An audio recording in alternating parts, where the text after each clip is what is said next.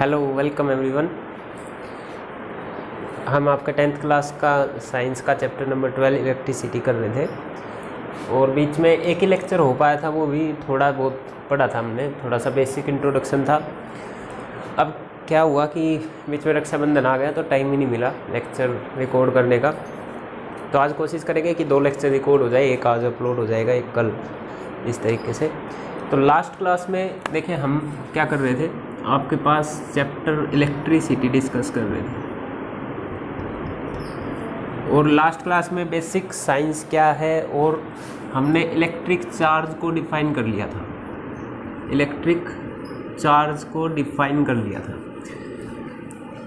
और थोड़ा बहुत ही काम हुआ था, ज़्यादातर हमने उसमें बेसिक ही पढ़ा था।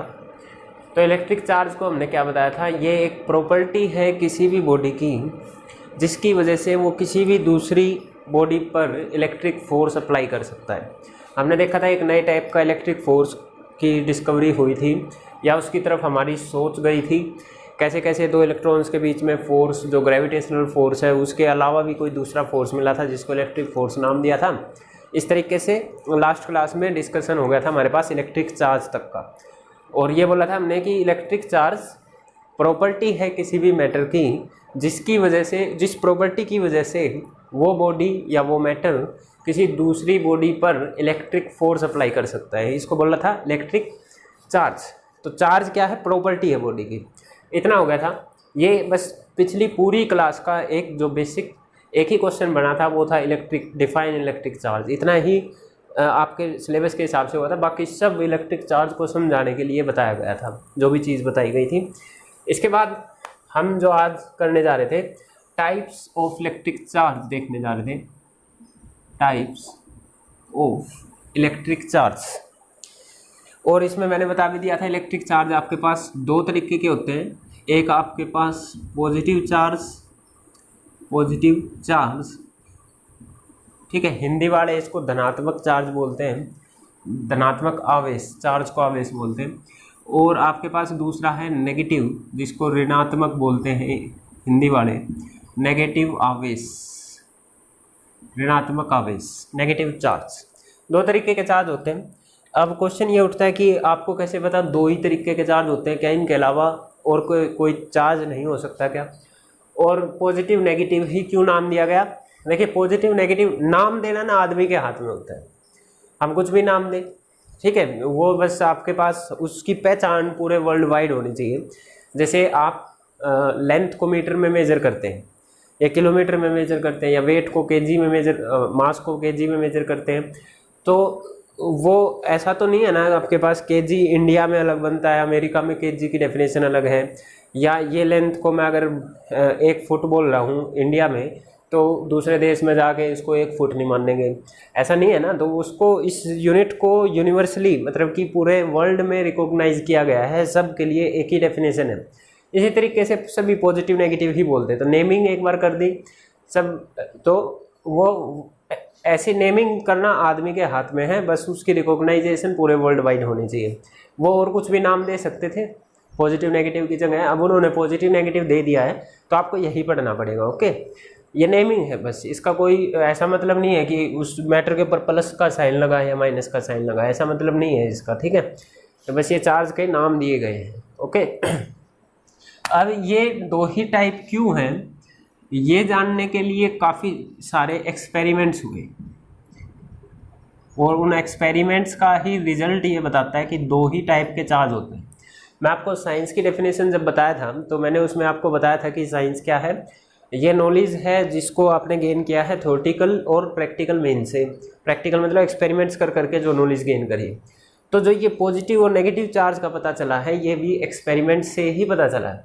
तो ये एक्सपेरिमेंट्स आपके सिलेबस में नहीं है, ये आपने थोड़ा बहुत छोटी क्लास में पढ़ा होगा, फिर भी मैं एक बार बता देता हूँ, इस सिलेबस में नहीं है एक्सपेरिमेंट, ठीक है, पर आपको पता होना चाहिए कि कहाँ से ये पता चला कि 2 टाइप के चार्ज होते हैं। तो एक्सपेरिमेंट्स में देखिए क्या किया, डिटेल में जाएंगे हम इस चीज़ की। अभी तक का आपके सिलेबस के हिसाब से जो मेन पॉइंट आया है वो बस अभी तक ही आया था कि इलेक्ट्रिक चार्ज क्या है, उसकी टाइप क्या है। ओके, जो और भी बाकी का जो डिस्कशन हुआ है वो बस इन टर्म्स को समझाने के लिए किया था, जितना भी किया था। अब एक्सपेरिमेंट्स में देखिए क्या किया गया एक ग्लास रोड ली गई, एक क्या ली, ग्लास रोड, शीशे की एक रोड ले ली, ठीक है, इस तरीके की, ये मान लो एक ग्लास रोड है। ओके, एक आपके पास सिल्क क्लॉथ लिया गया, सिल्क का कपड़ा, सिल्क की साड़ी भी आती है जैसे, ठीक है, एक ग्लास रोड, एक सिल्क का कपड़ा लिया, ये मान लो वो सिल्क का क्लॉथ है। इन दोनों को आपस में रब किया गया। जैसे मान लो ये आपके पास ग्लास रोड है, इसके ऊपर सिल्क का क्लॉथ लगा के इसको अच्छे से रब कर दिया ग्लास रोड को, ठीक है। अभी रबिंग कर दिया, ऐसे ऐसे दो पेयर ले लिए, एक ग्लास रोड एक सिल्क का कपड़ा रब करके रख लिया, एक और ग्लास रोड और एक सिल्क का कपड़ा रब करके रख लिया, ऐसे रख लिया। अब मैं इसको इस चीज़ को आपको एक एग्जांपल देके समझाता हूँ कि इस रब करने से हुआ क्या। जनरली एक कॉमन सा एक्सपीरियंस है, सर्दियों के दिनों में हम सब स्वेटर पहनते हैं, ठीक है, या जर्सी या स्वेटर जो पहनते हैं, तो रात के टाइम कभी ऐसा करना कि पूरे दिन आपने वो स्वेटर पहनना है और रात के टाइम पे लाइट चली गई है या लाइट गई नहीं है, तो आप लाइट को बंद कर दो, रूम में एकदम अंधेरा, तो आप जब वो स्वेटर निकालते हो तो आपको टिम टिम टिम टिम सी ऐसे जैसे तारे होते हैं ना, ऐसे चिंगारी सी उठती दिखेगी उस स्वेटर में। करके देखना कभी, स्वेटर पूरे दिन पहनना है। अब होता क्या है, स्वेटर पूरे दिन पहनना है तो वो आपके शरीर से, आपकी बॉडी से लगातार रब करता रहता है। रबिंग जो मैं इधर बोल रहा हूँ ना, सिल्क और इस ग्लास रोड की आप रबिंग कर रहे हो, वैसे ही रबिंग आपके शरीर के साथ उस स्वेटर की पूरे दिन होती रहती है, ठीक है। अब रात के टाइम पे जैसे ही आपने उसको स्वेटर को निकाला तो आपको वो चिंगारी सी पतंगे से निकलते दिखेंगे, जैसे आग से पतंगे निकलते हैं उस तरीके के। करके देखना आपकी बार सर्दियों में, अगर जिसने कभी ऑब्जर्व नहीं किया तो वो। तो होता क्या है, वो जो पतंगे से आपको दिखते हैं वो एक्चुअली में चार्ज होता है, इलेक्ट्रिक चार्ज, ठीक है। तो वो इलेक्ट्रिक चार्ज फ्री हो रहा होता है उस टाइम पे। तो मेरा कहने का मतलब ये है कि बॉडी को रब करके चार्ज किया जा सकता है। जो स्वेटर आपकी बॉडी से लगातार रब हो रहा था, रबिंग की वजह से उसके ऊपर चार्ज आ गया था। इन द सेम, अब वो चार्ज हमको नहीं पता कि पॉजिटिव है नेगेटिव है, कितने तरीके का होता है, अभी तक हम कुछ नहीं जानते, okay. In the same way glass rod को आप सिल्क क्लॉथ से रबिंग करोगे तो इन पर भी चार्ज आ जाता है। किस तरीके का चार्ज आता है मेरे को नहीं पता, ठीक है। इन्होंने रब कर लिया। अब क्या किया, जो ये आपके पास ग्लास रोड थी और सिल्क का क्लॉथ था, इनको एक स्टैंड से ऐसे लटका दिया। ये आपके पास एक स्टैंड है, जैसे दीवार पे कुछ लगा दिया लटकाने के लिए, ओके। ये आपके पास एक रस्सी है या बोल लो एक धागा है, और ये इंसुलेटेड है। ये कैसी है, इंसुलेटेड। इंसुलेटेड रोप मतलब कि इससे चार्ज पास नहीं हो सकता। जैसे आपने पढ़ा है ना कि जैसे आपने देखा है कि लकड़ी से करंट पास नहीं होता, आपके पास प्लास्टिक से करंट पास नहीं होता, पर लोहे से पास हो जाता है, वाटर से पास हो जाता है। तो इस तरीके से जिस चीज़ से करंट पास ना हो सके उनको इंसुलेटर की फॉर्म में इंसुलेटर बोला जाता है। तो ये धागा जो है ये किसी इंसुलेटेड मटेरियल से बना है जिससे चार्ज या करंट पास नहीं हो सकता, ठीक है। इस धागे से करंट पास नहीं हो सकता, जैसे लकड़ी से पास नहीं हो सकता, इस तरीके से, ठीक है। अब यहाँ पे इसने जो ये रब कर रखी थी, इनकी हमने क्या की है, रबिंग, इन दोनों को आपस में रगड़ा है। रब करी हुई ग्लास रोड ये ली, ठीक है, ये वो रब करी हुई ग्लास रोड है, इस पर चार्ज आ चुका है। रबिंग से चार्ज आ जाता है, ये मैं आपको बता चुका हूँ, ठीक है। जैसे आपको एग्जाम्पल दिया था अगर सर्दियों वाला, ठीक है। दूसरा फिर इन्होंने एक और इंसुलेटेड स्टैंड लिया, एक इंसुलेटेड रोप ली, और वो दूसरा सिल्क का कपड़ा यहाँ पे इससे भी लटका दिया, ठीक है। आप इन दोनों को ऐसे लटकाएंगे तो आप क्या देखेंगे कि ये जब इन दोनों को पास लाया जाता है तो ये दोनों एक दूसरे को खींचते हैं, ठीक है। खींचना, एक दूसरे को अपनी तरफ खींचना, ये वाला उसको इधर खींच रहा है, ये वाला इसको इधर खींच रहा है, दोनों एक दूसरे को खींच के अगर ज़्यादा पास है तो ये चिपक जाते हैं, एक बार चिपकेंगे और फिर वापस अलग हो जाते हैं, ठीक है। मतलब ये खींचते हैं एक दूसरे को। खींचना मतलब इसको बोलते हैं अट्रैक्शन, ठीक है। अभी एक्सपेरिमेंट चल रहा है, इतना पता था हमको, रब करेंगे तो चार्ज आएगा, पर किस तरीके का चार्ज आएगा वो अभी नहीं पता हमको, ओके। पर देखा कि इन दोनों को रब करके जब लटकाया तो ये एक दूसरे को अट्रैक्ट कर रहे थे। एक चीज़ ऑब्जर्व कर ली एक्सपेरिमेंट से, ठीक है। अभी फिर हमने इसी एक्सपेरिमेंट में, ये केस 1 हो गया कि हमने उस रबी की हुई ग्लास रोड और रब किए हुए सिल्क के कपड़े को एक दूसरे के पास ला के देखा और क्या ऑब्जर्व किया कि दोनों एक दूसरे को अट्रैक्ट कर रहे हैं। केस सेकंड में हमने क्या किया, केस सेकंड में मैंने ये ग्लास रोड ली, मैंने बोला था ना 2 पेयर ले लो, तो एक रब की हुई ग्लास रोड ये और दूसरी रब की हुई ग्लास रोड ये, इन दोनों को पास लेके आया, लटका दिया, वही इंसुलेटेड स्टैंड है, इंसुलेटिंग रोप है जिससे चार्ज पास नहीं हो सकता। ये भी रब की हुई ग्लास रोड है, ये भी रब की हुई ग्लास रोड है, और दोनों को पास लाया। तो जैसे ही दोनों, ये भी ग्लास रोड ये भी ग्लास रोड, एक जैसी चीज़ें, ये अलग अलग जैसी थी, ये कपड़ा था, ये आपके पास रोड थी। अब मैं दोनों रोड एक जैसी चीज़ों को लेके आया तो देखा ये एक दूसरे को रिपेल कर रहे हैं, दूर भाग रहे हैं। ये एक्सपेरिमेंट होते हैं, आप लैब में कर सकते हैं इनको, ठीक है, एक्सपेरिमेंट होता ही है। तो ये क्या कर रहे थे, ये वाला उसको उधर धक्का दे रहा था, ये वाला इसको इधर धक्का दे रहा था। धक्का देना इसको बोलते हैं रिपल्सन, रिपेल करना। तो जब आपने सेम टाइप की मटेरियल यूज करे तो वो रिपेल कर रहे थे, अलग अलग टाइप के यूज किए तो अट्रैक्ट कर रहे थे। क्या इनके अलावा भी कोई केस हो सकता था, ये देखने के लिए हमने केस 3 किया। केस 3 में हमने क्या किया, अब की बार ग्लास रोड की जगह ये भी सिल्क का क्लॉथ ले लिया और ये भी सिल्क का क्लॉथ ले लिया।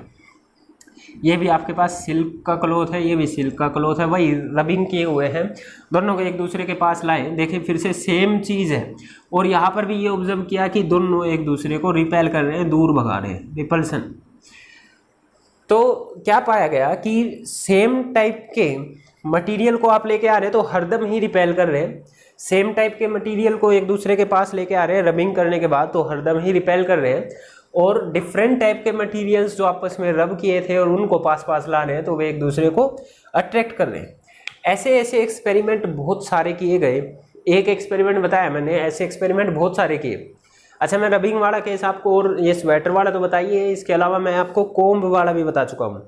आप एक अपने ड्राई हेयर्स में जो कंघा होता है प्लास्टिक वाला, उसको रब कीजिए और आप कागज़ के टुकड़े या फिर मिट्टी के कण उससे उठा सकते हैं। वो भी क्यों होता है, क्योंकि रबिंग करने से बॉडीज पर चार्ज आ जाता है। ओके, ऐसा ही एक्सपेरिमेंट और भी बहुत सारे किए गए, जैसे कि आपके पास एबोनाइट रोड, एबोनाइट रोड ये रोड होती है, ठीक है, एबोनाइट एक मटेरियल है, जैसे ग्लास एक मटेरियल है, ऐसे ही एबोनाइट करके एक मटेरियल होता है।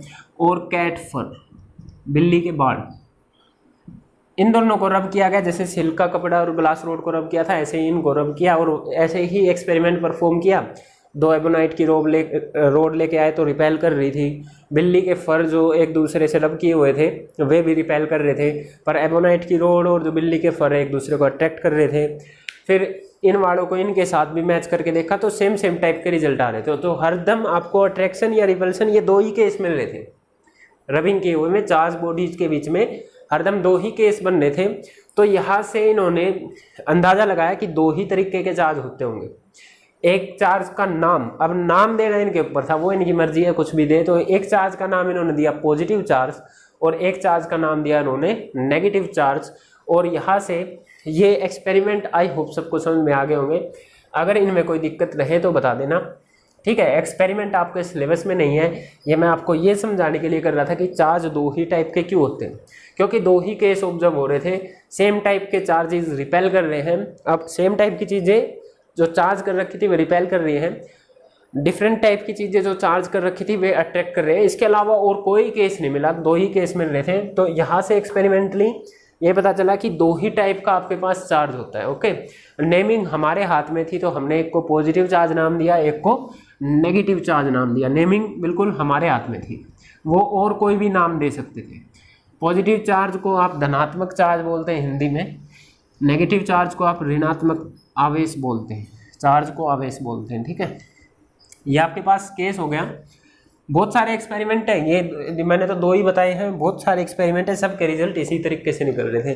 तो यहाँ से there are 2 types of charges, positive charge and negative charge. और 2 पॉइंट और निकल के आ रहे हैं, लाइक चार्जेस, एक जैसे चार्ज, लाइक मतलब एक जैसे चार्ज, एक समान आवेश। लाइक चार्जेस सेम जैसी चीज़ों में आपने क्या देखा, 2 ग्लास रोड भी रिपेल कर रही थी, 2 सिल्क एक जैसे कपड़े भी रिपेल कर रहे थे ना।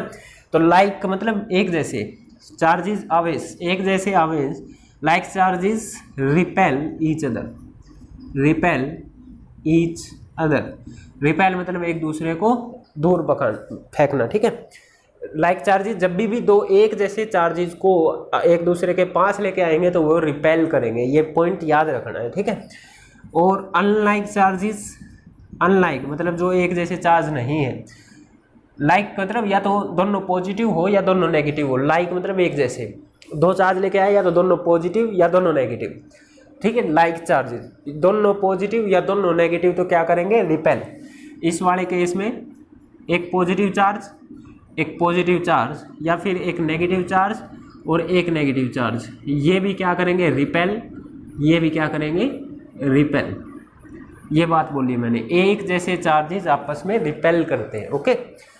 अनलाइक चार्जेस जो मतलब एक जैसे नहीं है, जैसे ग्लास रोड और सिल्क का क्लॉथ, उनमें हमने क्या ऑब्जर्व किया था कि वे एक दूसरे को अट्रैक्ट करते हैं। तो unlike charges attract each other, unlike charges attract each other. तो जैसे कि अनलाइक मतलब एक जैसे नहीं, तो एक पॉजिटिव एक नेगेटिव है, तो एक पॉजिटिव चार्ज और एक नेगेटिव चार्ज अगर कभी पास पास रखे हैं तो ये एक दूसरे को अट्रैक्ट करते हैं, एक दूसरे को एक अपनी तरफ खींचते हैं, ठीक है। तो याद रखेंगे, एक जैसे चार्जेस या दोनों पॉजिटिव हो दोनों नेगेटिव हो, रिपेल करेंगे। एक दूसरे से अलग चार्जेस है, एक पॉजिटिव एक नेगेटिव, तो वो क्या करेंगे, एक दूसरे को अट्रैक्ट करेंगे।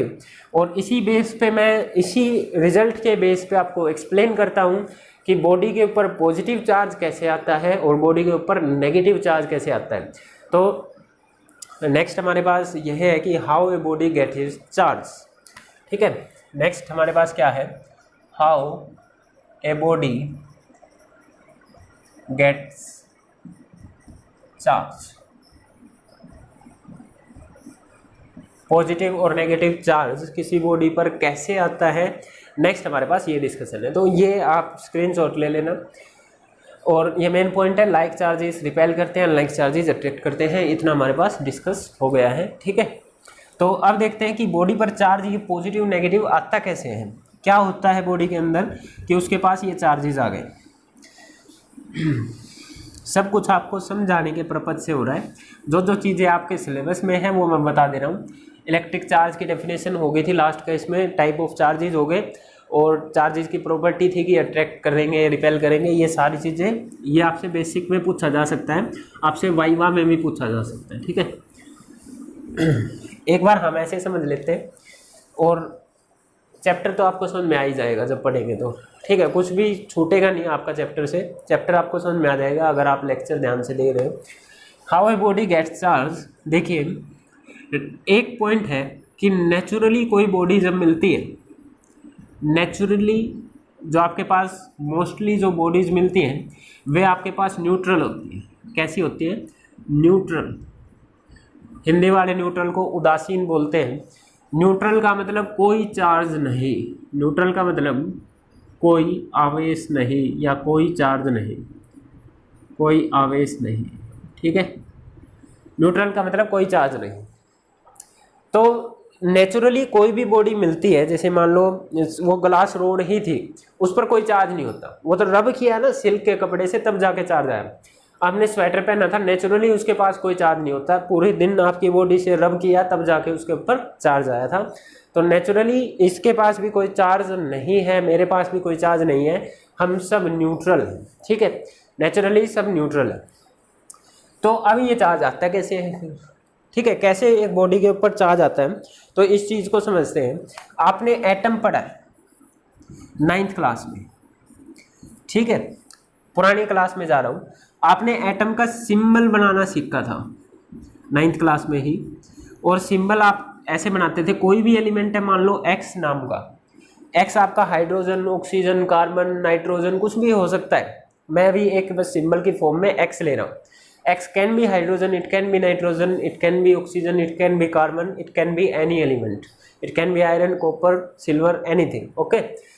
इसका सिंबल में आप इधर नीचे लिखते थे Z और ऊपर लिखते थे A, ये किसी भी एलिमेंट का सिंबल होता है। फॉर एग्जाम्पल, अभी समझाऊंगा इसको। फॉर एग्जाम्पल जैसे कार्बन 612, ठीक है, ऑक्सीजन 816, नाइट्रोजन 714, जैसे मान लो ये एग्जांपल लिख दिया। तो इसको और इसको कंपेयर करके देखते हैं एक बार। एक्स मैंने बोला था किसी एलिमेंट का नाम है, तो यहाँ पे एक्स से कंपेयर करूँ तो ये एक यहाँ पे सी लिखा है, यहाँ पे एलिमेंट कौन है, कार्बन। यहाँ पे इस वाले को कंपेयर करूँ तो एक्स की जगह कौन लिखा है, ओ, ऑक्सीजन। यहाँ पे एलिमेंट ऑक्सीजन है, यहाँ पे एलिमेंट नाइट्रोजन है। जो ये नीचे लिखा जाता है ये किस, इसको और इसको कंपेयर करिए, इस वाले को और इस वाले को, या इस वाले को इस वाले को क्वेश्चन से कंपेयर कीजिए, तो आप देखिए नीचे जेड लिखा हुआ, जेड। तो जेड की जगह इधर कौन है 6, इधर कौन है 8, इधर कौन है 7। तो जो ये जेड होता है ना, जेड को बोलते हैं एटॉमिक नंबर। जेड को क्या बोलते हैं, एटॉमिक नंबर। ये एटॉमिक नंबर है। और एटॉमिक नंबर कितना किसी एलिमेंट का, जैसे कैसे लिखा आपने, इसका 6 एटॉमिक नंबर है, कैसे लिखा इसका 8 है, इसका 7 है, कैसे लिखा भाई आपको क्या पता। तो जो ये एटॉमिक नंबर होता है, it is equal to number of protons, number of protons in that element, in that element या एटम, ठीक है, इन दैट एटम कर लीजिए, ठीक है, इन दैट एटम।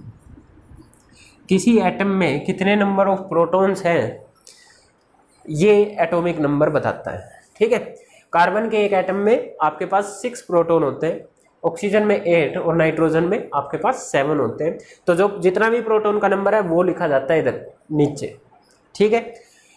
अब जो ऊपर ए लिखा है, ए, इसको बोलते हैं मास नंबर, ठीक है, मास नंबर। ये मास का नंबर है, एटॉमिक मास नहीं, ये आपके पास मास नंबर है। और ये आपके पास बनता है number of protons, number of protons plus number of neutrons, number of neutrons, ठीक है। जो ए है आपके पास मास नंबर है। जैसे इधर 12 लिखा हुआ है, एक बार मैं इसमें एग्जांपल दे देता हूँ आपको। जैसे कार्बन 612 है, तो वहाँ से अगर मैं कंपेयर करूँ, आपसे पूछा जाए what is its atomic number, what is its atomic number, तो आपने सीखा है जो जेड होता है उसी को बोलते हैं एटॉमिक नंबर। और किसी एलिमेंट में जेड नीचे लिखा जाता है, तो इसमें नीचे देखो 6 लिखा है, तो इसका एटॉमिक नंबर कितना है, 6। फिर आपसे पूछा गया कि इस कार्बन वाले एलिमेंट में या एटम में कितने नंबर ऑफ प्रोटॉन्स है, तो नंबर ऑफ प्रोटॉन्स आपसे पूछे गए, नंबर ऑफ प्रोटॉन्स। तो आप बोलेंगे कि भाई नंबर ऑफ प्रोटॉन्स वही होते हैं जो एटॉमिक नंबर होता है, या एटॉमिक नंबर वही होता है जितने आपके पास नंबर ऑफ प्रोटॉन्स होते हैं। तो एटॉमिक नंबर तो 6 है, तो नंबर ऑफ प्रोटॉन्स भी कितने होंगे आपके पास, 6। अब आपसे पूछा गया what is number of neutrons, number of neutron से पहले आपसे पूछा गया what is its mass number, आपसे पूछा गया what is its mass number. तो आपको पता था जो ऊपर लिखा रहता है ए, उसी को बोलते हैं मास नंबर। ऊपर कौन लिखा है 12, तो मास नंबर आपने बता दिया 12 होंगे, ठीक है। फिर आपसे पूछा गया what is number of neutron. आप सभी को पता है ना भाई, एक एटम के अंदर इलेक्ट्रॉन, प्रोटॉन और न्यूट्रॉन 3 चीजें रहती है।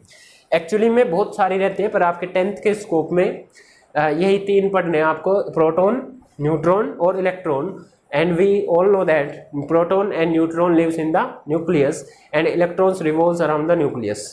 प्रोटॉन, न्यूट्रॉन न्यूक्लियस में रहते हैं और इलेक्ट्रॉन्स उस न्यूक्लियस के चारों तरफ रिवॉल्व कर रहे होते हैं। ये पढ़ के आए हम, तो 3 ही चीज पढ़ी हमने, प्रोटॉन, न्यूट्रॉन और इलेक्ट्रॉन। तो मैं उस पर आ रहा हूँ। आपसे पूछा गया what is the number of neutron in that atom, what is the number of neutron. अब ये आपको निकालना है, ठीक है। आपको नॉलेज यहाँ पे ये पता थी कि जो मास नंबर होता है A, that is equal to number of proton plus number of neutron. एक बार लिख लेते हैं इसको, mass number A, that mass number A, ये आपके पास बराबर होता है number of protons plus number of neutrons plus number of neutrons. मैं देख लेता हूँ वीडियो कहीं बंद ना हो जाए, ये चलता रहता है, ठीक है, ओके। ये इतना हो गया। अब देखिए ए की वैल्यू तो आपको पता है, ए इसको बोलते थे ना, ये ए के बराबर है और ये जेड के बराबर है। इसको अगर एक्स ए जेड से कंपेयर किया जाए, ये लिख चुके हैं हम, है ना। तो ए की वैल्यू तो मेरे को पता है, मास नंबर कितना है 12, तो ए की जगह मैंने लिख दिया 12 इज इक्वल टू क्या नंबर ऑफ प्रोटॉन्स मेरे को पता है? हाँ भाई, नंबर ऑफ प्रोटॉन्स मेरे को पता है कितने हैं, 6, प्लस नंबर ऑफ न्यूट्रॉन मेरे को नहीं पता, वो निकाल लेंगे। नंबर ऑफ न्यूट्रॉन मेरे को नहीं पता, ये निकाल लेंगे भाई। इस 6 को इधर ले आओ तो 12 माइनस 6 कितना बना, 6। तो 6 is the number of neutron. तो मेरे को इस एटम में इसके सिंबल को देख के 2-3 चीज़ें पता चल गई। What is its atomic number, what is its mass number, what is the number of proton inside this atom and what is the number of neutron inside this. अब क्वेश्चन ये उठा कि what is the number of electrons, as we all know that in an atom there are electron, protons and neutrons as well. आपको proton पता चल गया, आपको neutron पता चल गया। Now the question is how many electrons are there. Question क्या है, how many electrons are there, how many electrons are there in that element. ठीक है, अब ये क्वेश्चन है। इलेक्ट्रॉन का तो यहाँ पे कोई जिक्र हुआ नहीं, तो यहाँ पर ये बात आएगी। नेचुरली जो बॉडीज होती हैं वे न्यूट्रल होती हैं। न्यूट्रल का मतलब उन पर कोई भी चार्ज नहीं होता। ओके, अब ध्यान देना, एक जो चार्ज है, ये आपको एक और बात आपको इधर याद रखनी है, इसका स्क्रीनशॉट ले लेना या साथ साथ नोट्स बना ले तो कोई दिक्कत है नहीं। ठीक है, ओके। नेचुरली आपके पास एक एटम न्यूट्रल होता है। एक चीज़ और याद रखेंगे, अभी मैं बता रहा हूँ, ये याद रखनी है, ये इंपॉर्टेंट चीज़ है कि the charge of A proton या चार्ज ऑफ एन इलेक्ट्रॉन, ये याद रखना है एक इलेक्ट्रॉन पे कितना चार्ज होता है। ठीक है, एक इलेक्ट्रॉन पे जो चार्ज होता है वो माइनस का 1.6 इंटू 10⁻⁻19 कूलम, ये इलेक्ट्रॉन का चार्ज होता है। इलेक्ट्रॉन पर नेगेटिव चार्ज होता है, याद रखेंगे। Charge on an electron is 19 coulomb. Let me see कि स्पेस फुल तो नहीं हो गया, आवाज़ कर रहा है फोन। ठीक है, चल रहा है अभी। याद रखेंगे एक इलेक्ट्रॉन पे इतना चार्ज होता है। दिस जो ये कैपिटल सी मैंने लिखा है, इसको पढ़ा जाता है coulomb, COULOMB, coulomb is the SI unit of charge, SI unit of charge, ये चार्ज की SI यूनिट है भाई। चार्ज को किसी चीज़ में तो मेजर करेंगे ना, तो चार्ज को कूलम में मेजर किया जाता है। कूलम एक साइंटिस्ट का नाम था, उसके नाम पे ये रखा गया है। ठीक है, तो कूलम चार्ज की यूनिट क्या है, कूलम। चार्ज की यूनिट क्या है, कूलम। कूलम में चार्ज को मेजर किया जा सकता है, जैसे लेंथ को मीटर में, मास को केजी में, ठीक है, टाइम को सेकंड में, वेलोसिटी को मीटर पर सेकंड में, इस तरीके से मेजर करते हैं ना आप। इसी तरीके से चार्ज को आप कूलम में मेजर करते हैं। ओके, ये आपके पास कैपिटल सी लिखा होता है।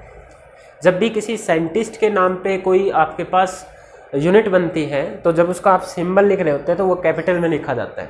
और आपको उसको बाकायदा अगर आप नाम लिखते हैं तो वो आपको स्मॉल लेटर में लिखना पड़ता है। जैसे कि न्यूटन, फोर्स की यूनिट क्या है, जैसे आपके पास फोर्स की जो यूनिट होती है, फोर्स की unit, we all know that force की यूनिट न्यूटन होती है। तो आपसे पूछा जाए और आप ऐसा लिखा है कि फोर्स की यूनिट न्यूटन है, तो ये आपके पास गलत हो जाएगा। ठीक है, क्योंकि आपने कैपिटल एन से स्टार्ट कर दिया। जब भी पूरा नाम लिखा जाएगा, बेशक साइंटिस्ट का नाम हो, यूनिट हरदम स्मॉल लेटर्स में लिखी जाती है। न्यूटन स्मॉल एन आएगा। मीटर लिखते हो, मीटर में भी स्मॉल एम। आप मीटर में METRE लिख देंगे तो ये गलत हो जाएगा। ओके, स्मॉल एम आएगा आपके पास। ठीक है, तो हरदम यूनिट्स आपके पास, बेशक साइंटिस्ट का नाम हो, आपके पास स्मॉल लेटर्स में होगी। पर जब आप इसका सिंबल लिखते हैं, सिंबल भी जनरली स्मॉल लेटर्स में होता है, पर अगर किसी साइंटिस्ट के नाम पर यूनिट है तो सिंबल में कैपिटल लेटर आता है। जैसे न्यूटन का आप कैपिटल N लिखते हो, कूलम का कैपिटल C लिखेंगे। जैसे जूल, जूल भी एक साइंटिस्ट का नाम है। वर्क पावर एनर्जी में आपने यूनिट पढ़ी है एनर्जी की, तो जूल साइंटिस्ट का नाम है तो कैपिटल J लिखते हैं आप। ठीक है, अदरवाइज मीटर, मीटर भी स्मॉल m, केजी, केजी भी स्मॉल के होता है आपके पास। ठीक है, सेकंड, सेकंड भी स्मॉल s होता है, मीटर पर सेकंड, ये सब आपके पास स्मॉल में ही होते हैं। बस साइंटिस्ट के नाम वाली यूनिट आपके पास कैपिटल लेटर्स में लिखी जाती है। ओके, और उसको भी अगर फुल नेम लिखेंगे तो आपको स्मॉल लेटर में लिखना होता है। ये रूल होते हैं यूनिट लिखने के, आपको याद रखनी है। यूनिट बड़ी बहुत ज़्यादा ज़रूरी होती है साइंस वालों के लिए। यूनिट के बिना कभी बात नहीं करनी है, यूनिट जरूर लगा के आनी है, वरना आपके पास मार्क्स कट सकते हैं। तो इलेक्ट्रॉन का चार्ज हम याद रखेंगे, the charge of N electron is minus का माइनस नेगेटिव चार्ज है, ऋणात्मक आवेश है, दैट इज 1.6 इंटू 10 की पावर माइनस 19 कूलम, इतना कम चार्ज है। ठीक है, और फिर एक और याद रखेंगे, charge of A proton, proton पे कितना चार्ज होता है, तो प्रोटॉन पे उतना ही चार्ज होता है जितना कि इलेक्ट्रॉन पे होता है, बस प्रोटॉन पे पॉजिटिव चार्ज होता है, इलेक्ट्रॉन पर नेगेटिव चार्ज होता है। तो प्रोटॉन पे कितना चार्ज, प्लस का 1.6 इंटू 10 की पावर माइनस 19 कूलम। जितना इलेक्ट्रॉन पे नेगेटिव चार्ज है उतना ही प्रोटॉन पे पॉजिटिव चार्ज है। हालांकि जब हमने मास की बात करी थी तो प्रोटॉन 1876 गुना लगभग आप इससे ज़्यादा हैवी था इलेक्ट्रॉन से। प्रोटॉन इलेक्ट्रॉन से हैवी तो बहुत ज़्यादा है, पर चार्ज दोनों का बराबर है, बस पॉजिटिव नेगेटिव का फर्क है। इलेक्ट्रॉन्स पे नेगेटिव चार्ज होता है, ऋणात्मक आवेश होता है, प्रोटॉन पे पॉजिटिव चार्ज धनात्मक आवेश आपके पास होता है। ठीक है, ये याद रखेंगे। चार्ज की वैल्यू वाइवा में पूछी जा सकती है आपसे कभी भी, या इलेक्ट्रॉन का मास, प्रोटॉन का मास, ये सब वाइवा के क्वेश्चन है और ये याद रखना इंपॉर्टेंट है। ठीक है, इलेक्ट्रॉन का चार्ज याद रखेंगे कितना कूलम होता है। ऑलराइट, अब आपका जो मेन क्वेश्चन चल रहा था वो था how many electrons are there, इस कार्बन एटम में कितने इलेक्ट्रॉन्स है, ये चल रहा था। ठीक है, ये क्वेश्चन था। अब इसका आंसर देखिए कैसे आएगा। आपको मैंने बताया कि नेचुरली जो बॉडीज होती हैं वो न्यूट्रल होती है। न्यूट्रल का मतलब कोई आवेश नहीं। अच्छा, आपसे यहाँ पर यह भी पूछा जा सकता है what is the charge of A neutron, neutron भी तो एटम के अंदर ही है। What is the charge of A neutron, neutron पे कितना चार्ज है, तो न्यूट्रॉन पर कोई चार्ज नहीं होता, वो न्यूट्रल होता है, उस पर कोई चार्ज नहीं होता। ठीक है, सारा का सारा नेगेटिव चार्ज इलेक्ट्रॉन्स की वजह से होता है, सारा का सारा पॉजिटिव चार्ज प्रोटॉन्स की वजह से होता है। Neutron does not have any contribution in the charge of an atom, neutron का कोई रोल नहीं है चार्ज के अंदर, न्यूट्रॉन बस मास के लिए यूज हो रहा है एटम के अंदर। ठीक है, और mass of A neutron is slightly greater than the mass of the proton. ये था आपके पास इतना डिस्कशन। न्यूट्रॉन पे कोई चार्ज नहीं, मास हालांकि प्रोटॉन जितना था थोड़ा सा ज़्यादा था, चार्ज ऑफ प्रोटॉन प्लस का उतना ही जितना इलेक्ट्रॉन जितना है। तो अब आपको एक एटम को क्या करना था, न्यूट्रल बनाना था। कहाँ से आ गई मक्खी, एक एटम को क्या बनाना था, न्यूट्रल। न्यूट्रल बनाने के लिए मतलब उस पर कोई चार्ज नहीं, पर आपको तो पता है उसके पास 6 प्रोटॉन्स है और 6 प्रोटॉन है। अगर एक प्रोटॉन पे इतना चार्ज है तो 6 पे कितना होगा, इसका 6 गुना। ठीक है भाई, 1 रुपये के मान लो एक पेन 10 का आता है तो 10 पेन कितने के आएंगे, 10 गुना 10, है ना। ऐसे ही एक प्रोटॉन का इतना चार्ज है तो 6 प्रोटॉन आप बोल रहे हो, आपने खुद ही बोला इसमें 6 प्रोटॉन है, तो 6 का चार्ज तो प्लस 6 गुना इतना हो जाएगा। ठीक है, और आपने बोला नेचुरली जो एटम्स जो होते हैं वो आपके पास न्यूट्रल होते हैं, तो आपके पास इस एटम को भी न्यूट्रल बनना पड़ेगा। ठीक है, इस एटम को भी क्या बनना पड़ेगा, न्यूट्रल। इसके पास ऑलरेडी 6 प्रोटॉन है, अगर आपको वो प्लस का सारा चार्ज खत्म करना है तो इसको उतना ही माइनस देना पड़ेगा। जैसे आपके पास कोई चीज़ प्लस 10 लिख रही है, ठीक है, आपको बोला जाए इसको 0 बना दो, न्यूट्रल का मतलब 0 करना है, तो आप क्या करेंगे, इसमें से 10 घटा देंगे, 0 हो गया ना। आपके पास कोई चीज़ -5 लिखी हुई है, आपको बोला गया है इसको 0 कर दो भाई, न्यूट्रल कर दो, तो आप क्या करेंगे, इसमें +5 कर देंगे। ठीक है, तो जितना नेगेटिव है उतना ही पॉजिटिव दे दो, या जितना पॉजिटिव है उतना ही नेगेटिव दे दो, ऐसा करके आप किसी बॉडी को न्यूट्रल बना सकते हैं। तो आपको पता है इधर 6 प्रोटॉन है, इलेक्ट्रॉन की अभी तक कोई बात नहीं हुई थी, इलेक्ट्रॉन तो आपसे पूछा गया है कितने इलेक्ट्रॉन होंगे।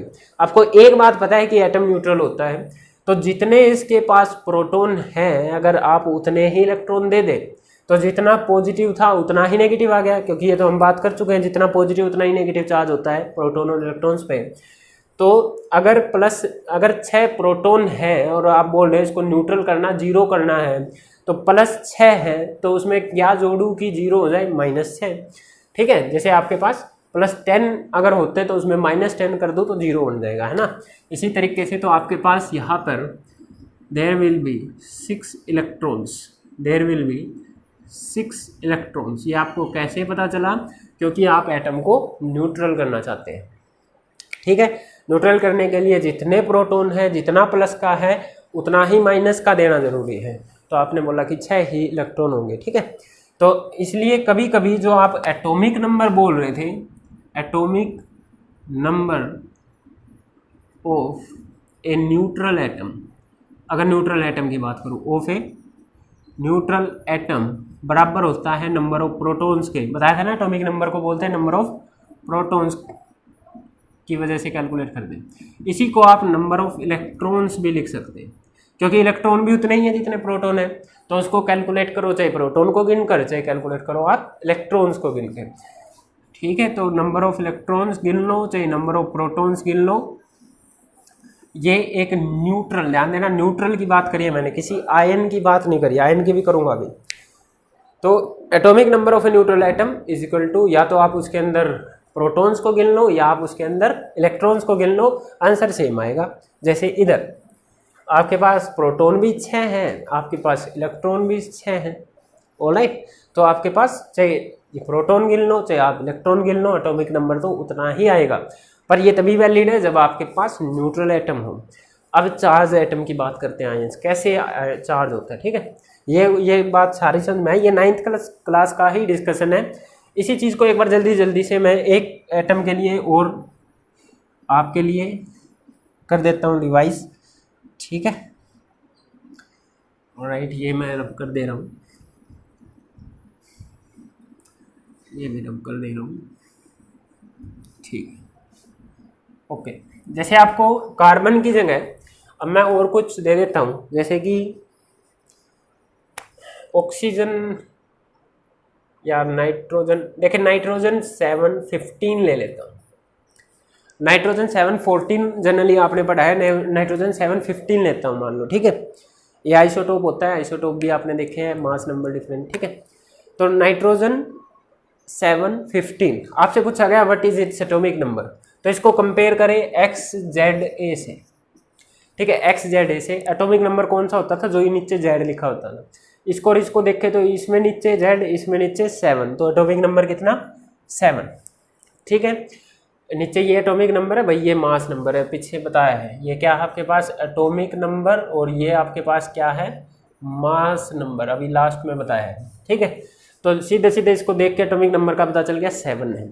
फिर आपसे पूछा गया what is the number of protons, proton कितने हैं। तो आपको पता है जो एटॉमिक नंबर होता है, जो एटॉमिक नंबर होता है वही नंबर ऑफ प्रोटॉन्स होता है। तो एटॉमिक नंबर वही होता है जो नंबर ऑफ प्रोटॉन्स है। तो एटॉमिक नंबर आपको 7 है, तो प्रोटॉन का नंबर भी कितना होगा 7। फिर आपसे पूछा गया मास नंबर, डेफिनेटली आप इसको इससे कंपेयर करेंगे तो ऊपर मास नंबर लिखा रहता है, इसमें ऊपर कितना लिखा है 15, तो वो डेफिनेटली मास नंबर होगा। तो यहाँ पे डायरेक्ट आपने बोला 15 will be the mass number. What is the number of neutrons, तो आपने वही फॉर्मूला लगाया। आपको पता है कि मास नंबर होता है number of protons plus number of neutrons. इसका मास नंबर आपको पता है, अब ये भी निकाला है, 15 है, 15 है। नंबर ऑफ प्रोटॉन भी आप इसके निकाल चुके हो, कितने हैं 7 है। तो यहाँ से नंबर ऑफ न्यूट्रॉन निकल आएगा, 15 - 7 कितना आपके पास 8। ठीक है, 8 is the number of neutron. फिर वही क्वेश्चन नंबर ऑफ इलेक्ट्रॉन्स कितने होंगे, क्योंकि ये एटम भी न्यूट्रल है, और न्यूट्रल एटम में आपको पता है कि जितने नंबर ऑफ प्रोटॉन्स उतने ही number of electrons. We have 7 number of proton, then there will be 7 number of electrons. तो इस तरीके से आप किसी कर सकते हैं, ये 9th क्लास का टॉपिक था। ये हो गई थी न्यूट्रल एटम की बात। Now we are going to discuss how a body gets its charge, body पर चार्ज आता कैसे है। ठीक है, जो मेन मुद्दा था वो तो वही था ना, ये तो पुरानी क्लास का हो गया, आपको समझाना पड़ा मेरे को। ठीक है, तो अब एक बॉडी पर चार्ज आता कैसे है ये आपको डिस्कस करना है। ये आप ऐसा ही क्वेश्चन, ये सारी चीज़ें atomic number, number of protons, mass number, number of neutrons and how many electrons are there, ये आप निकाल के देख लेना रफ कॉपी में। ठीक है, आपको निकालना है ये, जैसे क्लोरीन 1735 के लिए, सोडियम 1123 के लिए, ये सारी चीज़ें निकालने हैं। What you have to calculate how many, what is the atomic number of this and this, what is the mass number of this and this, what is number of protons, number of electrons and number of neutrons in chlorine and sodium. ठीक है, ये आपको निकालना है। Alright, तो कर लेना इसको, क्वेश्चन को प्रैक्टिस हो जाएगी आपकी। 9th क्लास में नहीं किया होगा या भूल गए होंगे, तो मैं उसके लिए बात कर रहा हूँ। Okay, now I am going to discuss how a body gets its charge. Charge body को आप न्यूट्रल नहीं बोल सकते। You can not say that a charge body is neutral, as neutral body is that body which have no charge. Neutral body वो वाली body है जिस पर कोई चार्ज नहीं होता है। ठीक है, तो देखिए अब क्या होगा।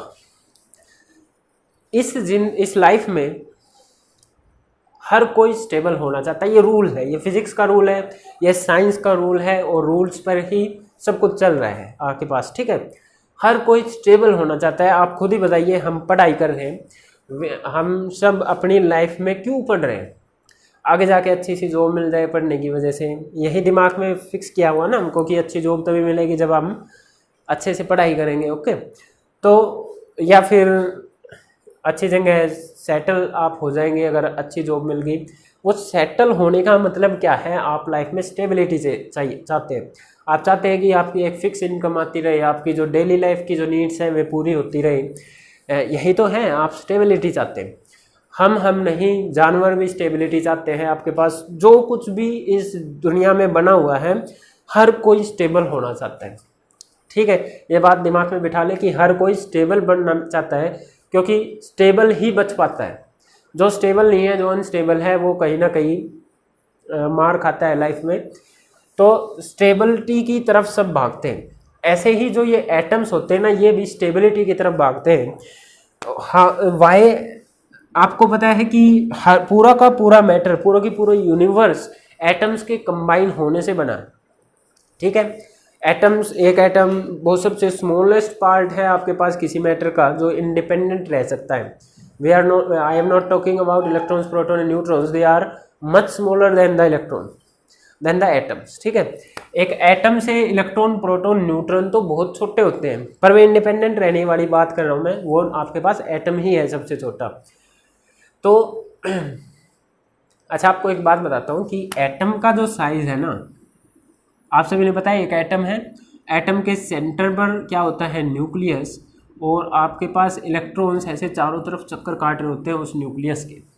ठीक है, जैसे अभी कार्बन में बात करी थी, अगर 6 इलेक्ट्रॉन है तो 6 इलेक्ट्रॉन्स अलग अलग ऑर्बिट्स में चक्कर काट रहे होते हैं न्यूक्लियस के। अब आपसे कोई पूछे, उसमें एक बात हो रही थी कि सारा का सारा एटम का मास उसके सेंटर पर होता है। इस न्यूक्लियस में सारा का सारा मास और पॉजिटिव चार्ज सेंटर पर ही होता है। तो ये न्यूक्लियस कितना बड़ा होता होगा एटम के कंपैरिजन में? तो आपको बता दूं, जो ये न्यूक्लियस है जिसके अंदर सारा का सारा मास है एटम का, ये इतना छोटा होता है जैसे एक फुटबॉल के ग्राउंड में एक मक्खी। ठीक है, 1 लाख गुना छोटा। एक फुटबॉल के ग्राउंड में एक छोटी सी मक्खी, इतना ही छोटा आपके पास न्यूक्लियस होता है। ऑलराइट, तो ये बहुत छोटा होता है आपके पास न्यूक्लियस। सो हम कहाँ पर थे कि स्टेबिलिटी वाली बात पर आ रहे थे कि everyone wants to gain stability, और हर चीज़ एटम्स के जुड़ने से बनी है। एक एटम तो इतना छोटा है, बहुत छोटा है कि आंखों से ही नहीं दिख रहा, पर हम बने हुए हैं जो आंखों से दिख रहे हैं, इतने बड़े। ठीक है, पहाड़ बने हुए हैं, सूरज, चांद, तारे सब बने हुए हैं, इतनी बड़ी बड़ी चीज़ें बनी हुई हैं। So how they created? Atoms combine to each other and they makes bigger matters. Atoms एक दूसरे से कंबाइन हुए और आपके पास इतनी बड़ी बड़ी चीज़ें आपके पास बन गई है। तो ये पॉसिबल क्यों हुआ? क्यों एटम कंबाइन हुए? एटम्स को क्या जरूरत पड़ गई कि वो कंबाइन हुए? तो अब यहाँ पर वो बात आती है स्टेबिलिटी। एटम्स ढूंढ रहे थे स्टेबिलिटी, ऐसे ही घूम रहे थे इधर उधर आवारा एटम्स। अब उनको चाहिए थी लाइफ में स्टेबिलिटी। जैसे आपको पढ़ने को बोल दिया गया, ऐसे ही एटम्स ने देखा कि मैं अगर किसी दूसरे से कंबाइन हो जाऊं और किसी तरीके से सेटल हो जाऊं, कुछ मेरे को ज़रूरत है तो मैं उससे ले लूं, या उसको ज़रूरत है उसको दे दूं, इस तरीके से कुछ समझौता करके लाइफ में सेटल हो जाए, तो हम लाइफ में स्टेबिलिटी गेन कर सकते हैं। इसी तरीके से एक दूसरे को कुछ देकर या एक दूसरे से कुछ लेकर एटम्स कंबाइन हुए, एक दूसरे से इंटरेक्ट किया और बड़े बड़े मैटर बने हैं। ठीक है, तो एटम्स कंबाइन होते हैं स्टेबिलिटी गेन करने के लिए। अब बात आई कि वो क्या चीज़ लिया दी करते हैं, कौन सा चीज़ वो किसी को दे देते हैं या कौन सी चीज़ उसको ले लेते हैं। तो यहाँ पर जो चीज़ वो देते या लेते हैं वो होते हैं इलेक्ट्रॉन्स। एटम्स क्या करते हैं? दूसरे एटम से इंटरेक्ट करते हैं इलेक्ट्रॉन्स को देकर या इलेक्ट्रॉन्स को लेकर। ठीक है, या इलेक्ट्रॉन्स को शेयर करके। कई सारे तरीके हैं, इलेक्ट्रॉन्स को या दे देंगे या ले लेंगे या इलेक्ट्रॉन्स को एक दूसरे से शेयर कर लेते हैं। इस इलेक्ट्रॉन के शेयरिंग या देने या लेने के प्रोसेस में ही बॉडी चार्ज होती है। इस चीज़ को ही हम डिस्कस करने जा रहे हैं यहाँ पर, ठीक है। देखिए एटम आपके पास कैसा था, न्यूट्रल। एटम कैसा था आपके पास, न्यूट्रल। न्यूट्रल होने का मतलब क्या है, number of protons was equal to number of electrons. मतलब जितना नेगेटिव चार्ज उतना ही पॉजिटिव चार्ज, तो आपके पास जितना प्लस का उतना माइनस का, दोनों को जोड़ेंगे तो न्यूट्रल मतलब जीरो चार्ज आ जाएगा, ठीक है। अब आपने एक रूल पढ़ा है 9th क्लास में, that is octet rule and duplet rule. Octet rule and duplet rule, ठीक है। ये रूल क्या है, कोई भी एटम सबसे ज़्यादा स्टेबल तब है जब उसकी आउटर मोस्ट कन्फिग्रेशन में, ऑक्टेट का मतलब होता है 8, आउटर मोस्ट जो सेल है उसमें आपके पास 8 इलेक्ट्रॉन्स हो, ठीक है, वो आपके पास सबसे ज़्यादा स्टेबल होगा। जैसे कि आपके पास नोबल गैसेज है, जैसे कि आपके पास नोबल गैसेज है, जो आपने पीरियोडिक टेबल में पढ़ा ना, लास्ट वाली जो लाइन होती है पीरियोडिक टेबल में, हीलियम, नियोन, जिनोन, क्रिप्टोन वाली, ठीक है, वो जो होती है वो नोबल गैसेज होती है, इनर्ट गैसेज होती है, वो किसी से रिएक्ट नहीं करती। इनर्ट गैसेज उनको क्यों बोलते हैं, जो ये वाली लाइन है ना, helium, neon, xenon, krypton, argon, ठीक है, helium, neon, argon, krypton, xenon, ये वाली, तो ये वाली जो लास्ट वाली लाइन होती है इनको बोलते हैं नोबल गैसेज। और एक और नाम होता है इनका इनर्ट गैसेज। क्या नाम होता है, इनर्ट गैसेज। अब इनको इनर्ट गैस या नोबल गैस क्यों बोलते हैं, ये किसी से रिएक्ट नहीं करती, इनको किसी से कोई मतलब नहीं, मतलब अगर किसी से लिया दी नहीं करती तो रूल क्या था, स्टेबल होने का। अब कौन लिया दी नहीं करेगा, हर कोई अगर स्टेबिलिटी चाहता है तो कौन किसी दूसरे से इंटरेक्शन नहीं करेगा जो पहले ही स्टेबल है। जैसे आपके पास ये स्टेबल है पहले से, इनको किसी से कोई मतलब नहीं, भाई मैं खुद ही स्टेबल हूँ, मेरे को क्या जरूरत है तेरे से कोई चीज़ लेने की या तेरे को कोई देने की, मैं खुद स्टेबल हूँ, ठीक है। तो जो स्टेबल होता है वो इंडिपेंडेंट रह सकता है। तो in the same way helium, neon, argon जो लास्ट नोबल गैसेज होती हैं, ये आपके पास इनर्ट गैसेज बोले जाते हैं क्योंकि ये किसी से रिएक्ट नहीं करती। दे डज नॉट, इनर्ट गैसेज क्यों बोला जाता है, दे does not react with any other atom, with any other elements, atoms, इस तरीके से, ठीक है, किसी से रिएक्ट नहीं करती क्योंकि ये अपने आप में स्टेबल है, ठीक है। इनको बोलते हैं इनर्ट गैसेज। अब साइंटिस्ट ने क्या देखा कि भाई चेक करते हैं कि इनके पास ऐसा क्या चीज़ है कि ये स्टेबल है। अब कोई स्टेबल है तो उनके पास कुछ तो होगा ना, कि किस बेस के ऊपर उनके अंदर इतना घमंड है कि वो किसी दूसरे से इंटरेक्ट कर ही नहीं रहे, वट इनके पास क्या है जिसकी वजह से ये स्टेबल है। तो इनको स्टडी किया गया, क्यों ये दूसरे से रिएक्ट नहीं करते, क्यों ये स्टेबल है। तो पाया कि हीलियम, नियोन, जिनोन, इनकी नीचे वालों की लास्ट सेल में 8 इलेक्ट्रॉन्स होते हैं। क्या पाया गया, इनकी लास्ट सेल में 8 इलेक्ट्रॉन्स होते हैं, और हीलियम, बस एक हीलियम एक्सेप्शन है जिसमें 2 इलेक्ट्रॉन होते हैं।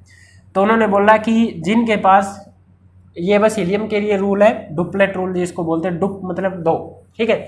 लास्ट सेल में अगर 2 इलेक्ट्रॉन्स है वो भी बहुत ज़्यादा स्टेबल होता है। ये हीलियम और हाइड्रोजन के लिए लागू है, कम एटॉमिक नंबर वाले के लिए, वरना वो ज़्यादा स्टेबल है जिसके पास लास्ट सेल में 8 इलेक्ट्रॉन होते हैं। 8 से ज़्यादा आएंगे नहीं, वो स्टेबिलिटी, सिमेट्री का मैटर होता है आपके पास, ठीक है। तो आप ये याद रखेंगे। जैसे अगर बात कर लूँ मैं नियोन की, ठीक है, जैसे if I will talk about neon, तो इसके पास एटॉमिक नंबर 10 होता है, 2, 8, 10, ठीक है, 10 होता है। तो आपने बोहर मॉडल पढ़ा, बोहर मॉडल ने क्या बोला कि ये आपके पास न्यूक्लियस है, इसके चारों तरफ इलेक्ट्रॉन्स ऐसे ऑर्बिट्स में चक्कर काटते रहते हैं। पहली वाली सेल को K सेल, दूसरी को L, M, N, इस तरीके से नाम दे दिया गया था, ठीक है।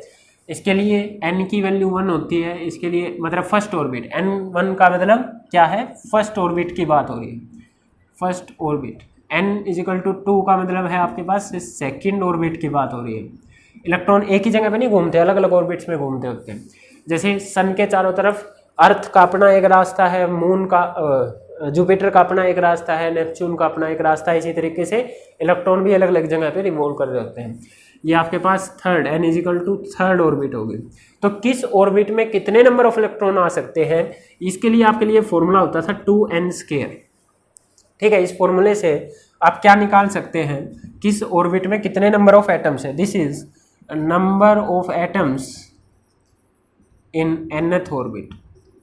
किसी भी nth ऑर्बिट में कितने नंबर ऑफ इलेक्ट्रॉन्स आ सकते हैं, ये वो है। ठीक है, तो आप सपोज करो चाहते हो कि मेरे को पता चले कि फर्स्ट ऑर्बिट में कितने मैक्सिमम नंबर ऑफ इलेक्ट्रॉन आ सकते हैं। फर्स्ट ऑर्बिट, तो n को क्या रख दो, फर्स्ट 1। n को इस फॉर्मूले में 1 रखो तो आपके पास निकल के आएगा what is the number of electrons. 2 × n को क्या रखा, n को क्या रखा 1, उसका स्केयर करेंगे, ये 1 का स्केयर 1 2 आ गया। तो फर्स्ट ऑर्बिट में 2 ही इलेक्ट्रॉन आ सकते हैं। If you want to calculate कि सेकंड ऑर्बिट जो है, इसमें पहली ऑर्बिट में 2 से ज़्यादा इलेक्ट्रॉन नहीं आ सकते। ठीक है, दूसरी ऑर्बिट में कितने आ सकते हैं, तो n को 2 रख के देख लो भाई। n को 2 रखेंगे तो आपके पास नंबर ऑफ इलेक्ट्रॉन्स, इस फॉर्मूले में n को 2 रखो, उसका स्केयर करेंगे, 2 का स्केयर 4 × 2 8 इलेक्ट्रॉन्स। तो दूसरी ऑर्बिट में 8 से ज़्यादा इलेक्ट्रॉन नहीं आ सकते। If you want to check in the third orbit, तो आप n को 3 रख लो, तो ये 18 इलेक्ट्रॉन आ गए। ठीक है, अगर आप चौथी 3 ऑर्बिट में 18 ही इलेक्ट्रॉन आ सकते हैं। If you talk about n = 4, that will be 4 का स्केयर 32 इलेक्ट्रॉन। तो आपको इलेक्ट्रॉन ऐसे बढ़ने होते हैं 2 8 18 32 इस तरीके से। ठीक है, पहली ऑर्बिट में 2 ही इलेक्ट्रॉन आ सकते हैं, दूसरी में आपके पास 8 इलेक्ट्रॉन, ठीक है, तीसरी में 18, उसमें नेक्स्ट वाले में 32। ठीक है, इस तरीके से आपके पास रहता है। तो जब मैं नियोन की बात कर रहा था, नियोन आपके पास एटॉमिक नंबर 10 है, मतलब इसके पास एटॉमिक नंबर बताया ना, जितना atomic number = number of protons, and जितने प्रोटॉन होते हैं एक न्यूट्रल एटम में उतने ही इलेक्ट्रॉन्स होते हैं। तो नियोन के पास 10 इलेक्ट्रॉन है। आपने देखा कि इस ऑर्बिट में कितने आ रहे हैं, तो फर्स्ट ऑर्बिट में 2 आ सकते थे। आपने देखा हाँ फर्स्ट ऑर्बिट में 2 आ सकते हैं, इसके पास 2 इलेक्ट्रॉन तो हैं, तो फर्स्ट ऑर्बिट में आपने 2 भर दिए, हाँ भाई 2 तो आ गए। ठीक है, आपने पता है कि दूसरी ऑर्बिट में 8 ही इलेक्ट्रॉन आ सकते हैं, और इसके पास 2 तो चले गए थे, 2 तो मैंने इधर भर दिए, कितने बचे, कितने बच गए 8, 8 के 8 इलेक्ट्रॉन इसमें आ गए, खत्म हुआ ना नियोन का काम। तो आपने क्या देखा, इसकी लास्ट वाली सेल में, लास्ट वाली ऑर्बिट में 8 इलेक्ट्रॉन्स है। यही है आपके पास ऑक्टेट रूल, जिसकी लास्ट ऑर्बिट में 8 नंबर ऑफ इलेक्ट्रॉन्स हो वो बहुत ज़्यादा स्टेबल होता है। वो क्या होता है, स्टेबल। तो आपने इधर क्या देखा, नियोन इज स्टेबल, नियोन आपके पास स्टेबल है। एक और आर्गन की बात कर लेते हैं। ठीक है, आर्गन, इसका एटॉमिक नंबर होता है 18। ठीक है, तो इसको फिलअप करके देखते हैं, जितना एटॉमिक नंबर उतना ही प्रोटॉन का नंबर, उतना ही इलेक्ट्रॉन्स का नंबर। तो पहली वाली में कितने आ सकते थे, 2 है ना, 18 में 2 तो है ही, तो 2 फिल कर दी। दूसरी वाली में कितने आ सकते हैं, 8, आपने 8 फिल कर दिए। ठीक है, टोटल कितने यूज कर चुके हो, 10 इलेक्ट्रॉन यूज हो चुके हैं। 18 इसके पास टोटल थे, उनमें से 10 यूज हो चुके हैं, तो बचे कितने, 8। नेक्स्ट वाले में 18 आ सकते थे, पर आपके पास बचे ही 8 हुए हैं, तो आपने इधर लिख दिया 8। तो आपने क्या देखा है, इसकी भी लास्ट ऑर्बिट में कितने इलेक्ट्रॉन्स आए हैं, 8। और वही क्या था, ऑक्टेट रूल, जिसके भी लास्ट ऑर्बिट में 8 नंबर ऑफ इलेक्ट्रॉन्स होंगे, that is the most stable. तो इन्होंने क्या देखा, हर एक नोबल गैस में लिविंग हीलियम, हर एक नोबल गैस में आपके पास लास्ट ऑर्बिट में 8 नंबर ऑफ इलेक्ट्रॉन्स है, दैट इज़ उनका ऑक्टेट कंप्लीट है, ऑक्टेट रूल पूरा है, वे मोस्ट स्टेबल है। तो इन्होंने स्टेबिलिटी का एक रूल बना दिया। इन चीज़ों को ऑब्जर्व करके, इन गैसेस को ऑब्जर्व करके साइंटिस्ट ने स्टेबिलिटी का एक रूल बनाया। वो रूल क्या था कि जिन भी एटम्स का, जिनका एटॉमिक नंबर थोड़ा ज़्यादा है, जिन भी एटम्स का ऑक्टेट रूल पूरा है, जिनके भी लास्ट ऑर्बिट में 8 इलेक्ट्रॉन्स पूरे हैं, दैट इज़ मोस्ट स्टेबल। एक हीलियम की बात और कर लेते हैं थोड़ा सा डुप्लेट रूल में। हीलियम का एटॉमिक नंबर जो होता है आपके पास, हीलियम का एटॉमिक नंबर होता है 2। इसके पास 2 ही इलेक्ट्रॉन है, तो 2 तो पहली वाली में ही फिल हो गई। ठीक है, 2 तो पहली वाली में ही फिल हो गए। तो बस हीलियम और हाइड्रोजन के लिए डुप्लेट रूल होता है, जिसके लिए हीलियम भी नॉर्मल गैस है ना, तो उसमें देखा कि उसके पास 2 इलेक्ट्रॉन्स है, तो जिनका डुप्लेट कंप्लीट है, लास्ट ऑर्बिट में 2 इलेक्ट्रॉन्स है, वो भी आपके पास मोस्ट स्टेबल में आते हैं। तो ये रूल पर हाइड्रोजन और हीलियम के लिए है बस। हाइड्रोजन हीलियम मतलब कम एटॉमिक नंबर वालों के लिए, लिथियम के लिए भी कम एटॉमिक नंबर वालों के लिए, ठीक है। वरना ज़्यादातर के लिए ऑक्टेट रूल है। तो एक रूल बना स्टेबिलिटी का कि जिन भी एटम्स के पास लास्ट वाली ऑर्बिट में 8 इलेक्ट्रॉन या 2 इलेक्ट्रॉन होंगे that is most stable. And एक बात कर चुका हूँ कि हर कोई इस लाइफ में स्टेबल होना चाहता है, एटम्स भी स्टेबल होना चाहते हैं। ये इनर्ट गैस है जो कि पहले से ही स्टेबल है, पर इनके अलावा जो बच गई जो स्टेबल नहीं है, अब वो स्टेबल होना चाहती है। तो उनके पास क्या ऑप्शन है कि वो लास्ट सेल में कैसे भी कैसे करके या तो 8 इलेक्ट्रॉन कर ले या फिर 2 इलेक्ट्रॉन कर ले। वो लो ऑर्बिट वालों के लिए है, लो एटॉमिक नंबर वालों के लिए है, वरना ज़्यादातर के लिए ऑक्टेट रूल होता है। तो हर कोई क्या चाहेगा, लास्ट ऑर्बिट में 8 इलेक्ट्रॉन कर ले जैसे तैसे करके, तो वो स्टेबल हो जाएंगे। अब ये 8 इलेक्ट्रॉन लास्ट ऑर्बिट में करने के चक्कर में ही एटम्स कंबाइन होते हैं। Why atoms combine? To complete their octet, whether they lose electron to complete their octet और they gain electrons to complete their octet. या तो वो इलेक्ट्रॉन लूज कर देंगे ऑक्टेट रूल को पूरा करने के लिए, या इलेक्ट्रॉन कहीं से ले लेंगे किसी दूसरे एटम से अपना ऑक्टेट पूरा करने के लिए। इस तरीके से वे एक दूसरे से इंटरेक्ट करते हैं। 2 एटम इस तरीके से कंबाइन होते हैं कि उनका ऑक्टेट कंप्लीट हो जाए, ठीक है। आप किसी से बिजनेस करते हैं तो आप अपना लॉस थोड़ी ना देखते। उस बिजनेस में क्या होता है, अगले वाले का भी फायदा होता है, आपका भी फायदा होता है, तभी तो बिजनेस चलता रहता है। अगर एक का नुकसान हुए जाए, एक का फायदा हुआ जाए, तो बिजनेस में वो करेगा ही नहीं जिसका लॉस हो रहा है। तो 2 एटम्स कंबाइन हो रहे हैं तो वो एक दूसरे से इस तरीके से समझौता करते हैं कि दोनों का ऑक्टेट रूल पूरा हो जाए, ठीक है। तो स्टेबिलिटी का एक पैमाना मैंने आपको बताया कि ऑक्टेट पूरा करना है। अब मैं आपको बताता हूं कि इन नोबल गैसेस के अलावा जो दूसरे एटम है वो किस तरीके से अपना ऑक्टेट पूरा करके कंबाइन होते हैं और किस तरीके से चार्ज आता है। हमारा मेन मुद्दा तो यही है ना, how a body gets charge, charge कैसे आता है बॉडीज के ऊपर, मेन मुद्दा ये था हमारे पास, ठीक है। तो देखिए, I am talking about sodium and chlorine. NaCl सब ने पढ़ा हुआ है, कॉमन साल्ट जो घरों में जो हम सोल्ट यूज़ करते हैं, नमक, ठीक है, वो NaCl, सोडियम क्लोराइड जिसको बोलते हैं, टेबल सोल्ट जिसको बोलते हैं, ये वो है NaCl, सोडियम क्लोराइड, ठीक है। ये कैसे बनता है मैं इसके ऊपर चल रहा हूँ। देखिए, ये आपको याद रखने पड़ेंगे, ये आपने लगभग 18 से 20 तक के आपने याद किए हुए हैं 9th क्लास में, इनके एटॉमिक नंबर वगैरह।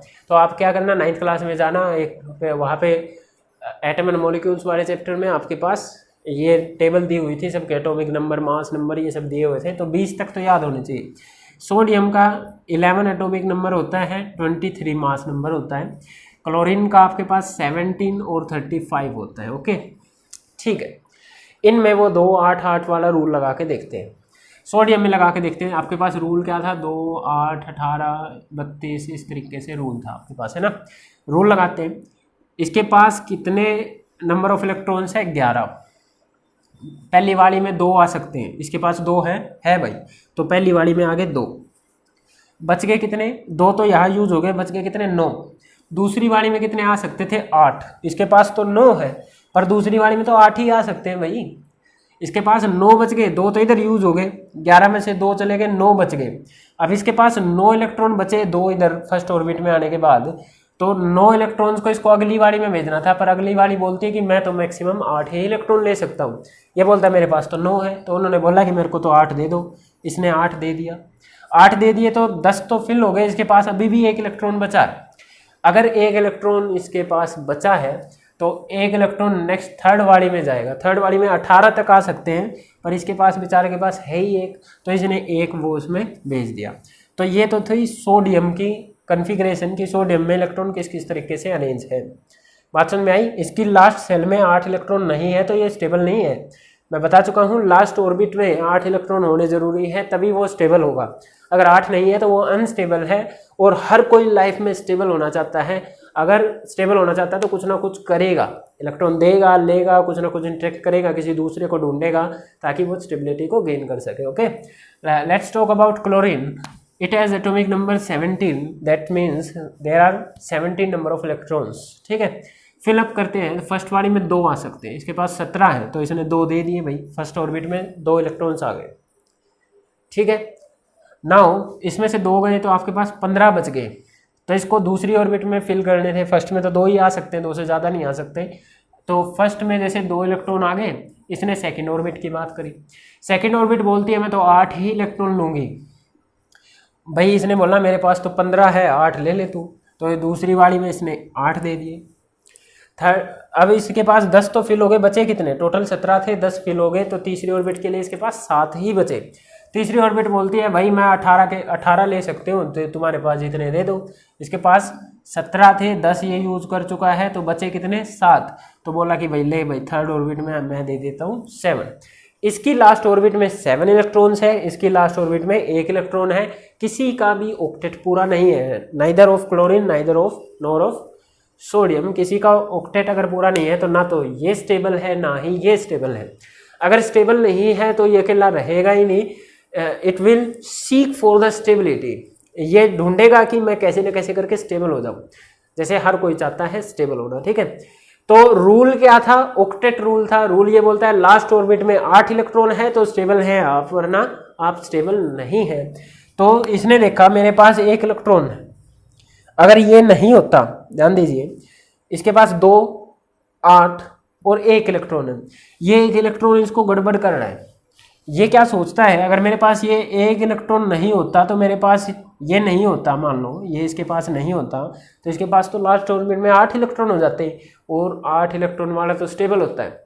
तो इसने सोचा, अच्छा देखिए ये 7 इलेक्ट्रॉन ले भी सकता था।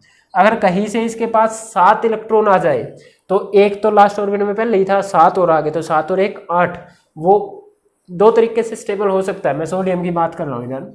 Sodium can be stable by 2 ways. या तो मेन मकसद है लास्ट ऑर्बिट में 8 इलेक्ट्रॉन करना, वो कैसे भी करे, तो या तो वो 7 इलेक्ट्रॉन कहीं से ले ले, एक तो था ही, 7 और आगे तो टोटल 8 हो जाएंगे।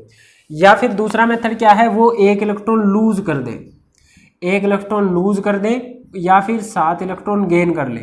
1 इलेक्ट्रॉन लूज कर देगा तो ये खत्म, तब भी लास्ट ऑर्बिट में 8 इलेक्ट्रॉन बचेंगे। अगर 1 इलेक्ट्रॉन ये अगर 7 इलेक्ट्रॉन गेन कर लेता तो 1 + 7 8, तब भी लास्ट ऑर्बिट में 8 इलेक्ट्रॉन बचेंगे। ये 2 तरीके थे इसके पास, ठीक है, क्या करने के? लास्ट ऑर्बिट में 8 इलेक्ट्रॉन बनाने के और स्टेबल हो जाने के। क्लोरीन की बात करते हैं। क्लोरीन की लास्ट ऑर्बिट में 7 इलेक्ट्रॉन है। इसके पास भी क्या तरीका है लास्ट ऑर्बिट में 8 इलेक्ट्रॉन बनाने के? 2 तरीके हैं। लास्ट ऑर्बिट में 8 इलेक्ट्रॉन चाहिए स्टेबिलिटी गेन करने के लिए, अभी ये स्टेबल नहीं है। तो इसके पास मेथड है, या तो ये 7 के 7 इलेक्ट्रॉन लूज कर दे, भाई 7 के 7 चले गए तो इसके पास लास्ट ऑर्बिट में 8 ही इलेक्ट्रॉन बचेंगे and it will be stable.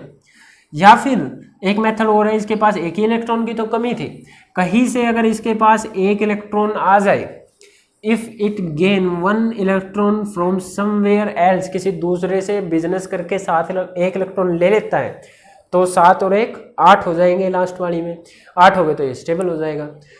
तो देखिए बिजनेस में जब कम में काम चल रहा है तो why we go for the larger money, ठीक है। आप जब कम चीज़ में ही फ़ायदा उठा सकते हैं तो आप बड़ी चीज़ के लिए क्यों जाएंगे।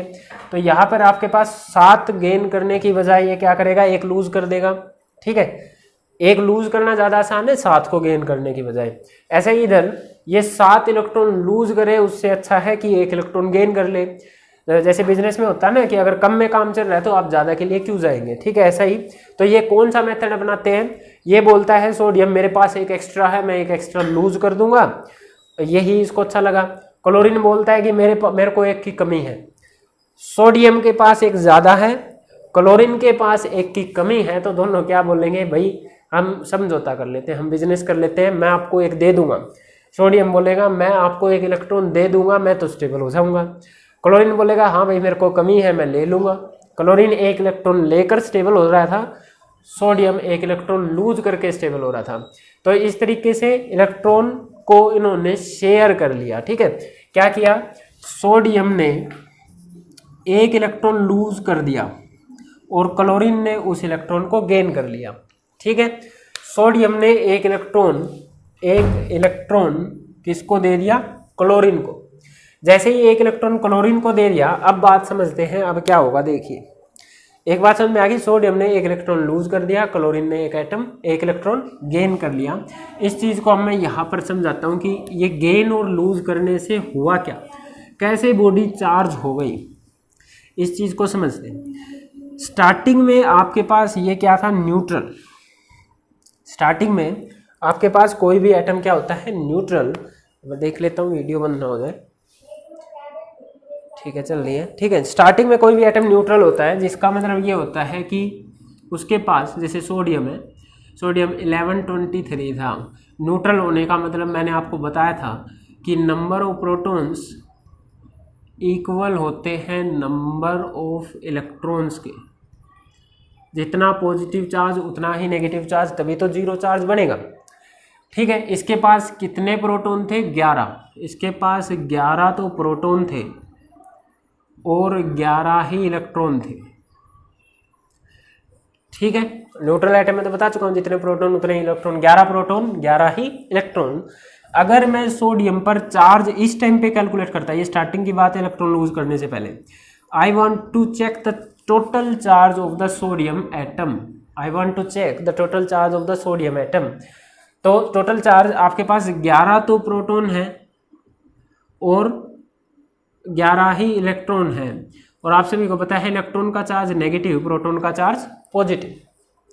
तो प्रोटॉन का प्लस में लिख लिया, 11 गुना एक प्रोटॉन का चार्ज, टोटल प्रोटॉन सब का चार्ज हो जाएगा भाई। एक प्रोटॉन पे 1.6 इंटू 10⁻⁻19 है, तो 11 पे कितना हो जाएगा, 11 से गुणा कर लो। ऐसे ही इलेक्ट्रॉन पे नेगेटिव चार्ज है 11 गुना ए, तो चार्ज तो बराबर है, जितना पॉजिटिव उतना ही नेगेटिव, तो टोटल कितना हो गया, 0। भाई जितना पॉजिटिव चार्ज है उतना ही नेगेटिव चार्ज है, तो टोटल कितना हो गया आपके पास, 0। तो इस तरीके से सोडियम जो था ये आपके पास कैसा था, न्यूट्रल। जितने इलेक्ट्रॉन उतने ही प्रोटॉन, तो जितना पॉजिटिव चार्ज उतना ही नेगेटिव चार्ज, तो आपके पास टोटल चार्ज कितना था, 0। बात समझ में आई। अब ध्यान देना, इसको मैं थोड़ा सा वैसे समझाने के लिए ऐसे कर लेता हूँ। इसके पास +11 चार्ज था, -11 इलेक्ट्रॉन का, +11 प्रोटॉन का, -11 इलेक्ट्रॉन का, तो टोटल था 0, ठीक है। अब ये रिएक्शन होने के बाद क्या किया, सोडियम ने एक इलेक्ट्रॉन लूज कर दिया। जैसे ही सोडियम ने एक इलेक्ट्रॉन लूज करा, ये बात तो हो चुकी है ना हमारी डिस्कस की, एक इलेक्ट्रॉन लूज करेगा ऑक्टेट पूरा करने के लिए। आफ्टर लूजिंग 1 इलेक्ट्रॉन देखना क्या होगा, आफ्टर लूजिंग 1 इलेक्ट्रॉन, एक इलेक्ट्रॉन लूज करने के बाद क्या होगा, ठीक है। देखिए ये था आपके पास सोडियम, जिसके पास 11 प्रोटॉन थे। इसने क्या किया, एक इलेक्ट्रॉन क्लोरीन को दे दिया, एक इलेक्ट्रॉन इससे चला गया, एक इलेक्ट्रॉन चला गया, ध्यान देना, एक इलेक्ट्रॉन चला गया। तो अब बताओ इसके पास कितने नंबर ऑफ प्रोटॉन्स हैं, नंबर ऑफ प्रोटॉन्स इसके पास थे 11। अगर मैं आपसे पूछूं what is the number of electrons, what is the number of electrons, आपने पढ़ा था स्टार्टिंग में कि जितने प्रोटॉन होते हैं उतने ही इलेक्ट्रॉन होते हैं। तो स्टार्टिंग में इसके पास 11 ही प्रोटॉन थे, 11 ही इलेक्ट्रॉन थे, पर अब आप बोल चुके हो कि एक इलेक्ट्रॉन लूज कर दिया। 11 प्रोटॉन थे, 11 ही इलेक्ट्रॉन होने चाहिए थे, but you have discuss it here that it loses 1 electron. अगर इसने एक इलेक्ट्रॉन लूज कर दिया तो क्या 11 के 11 ही रह जाएंगे। 11 प्रोटॉन थे, 11 इलेक्ट्रॉन होने चाहिए थे, पर आप एक बात और बोल रहे हैं कि एक इलेक्ट्रॉन इसने लूज कर दिया और किसी को दे दिया। एक इलेक्ट्रॉन लूज कर दिया तो 11 थोड़ी इलेक्ट्रॉन रह जाएंगे, कितने रह जाएंगे, 10। अब मैं इससे टोटल चार्ज आपसे पूछूं, what is the total charge of this sodium atom, या आयन बोला करेंगे, इसको देखेंगे। What is the total charge, total charge आप कैसे निकाल रहे हैं, जितने प्रोटॉन थे, कितने थे, 11 प्रोटॉन, प्रोटॉन पे था प्लस का चार्ज, कितने इलेक्ट्रॉन बचे अब की बार, 10, और इलेक्ट्रॉन्स पे कैसा चार्ज होता है, माइनस का।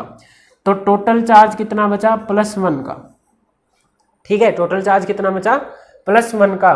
तो ये सोडियम जब एक इलेक्ट्रॉन लूज कर देता है, इलेक्ट्रॉन मतलब एक नेगेटिव चार्ज अपने में से चला गया, नेगेटिव चला गया तो बचा क्या, पॉजिटिव, ठीक है। तो इस सोडियम को ऐसे लिखा जाएगा, सोडियम पे आपने बोला +1 का चार्ज है, तो इस सोडियम को ऐसे लिखा जाता है, इसके ऊपर +1 का साइन आता है, और इसको अब सोडियम एटम ना बोल के इसको आयन बोला जाता है, सोडियम आयन। इस पर +1 चार्ज, अगर 2 इलेक्ट्रॉन लूज करता है तो +2 आ जाता है, पर ये कभी 2 लूज नहीं करता, एक ही लूज करता है, क्योंकि स्टेबिलिटी तो एक ही इलेक्ट्रॉन लूज करके मिल रही है, इसको 2 लूज नहीं करेगा कभी भी, क्योंकि ऑक्टेट पहले एक में ही पूरा हो जा रहा है।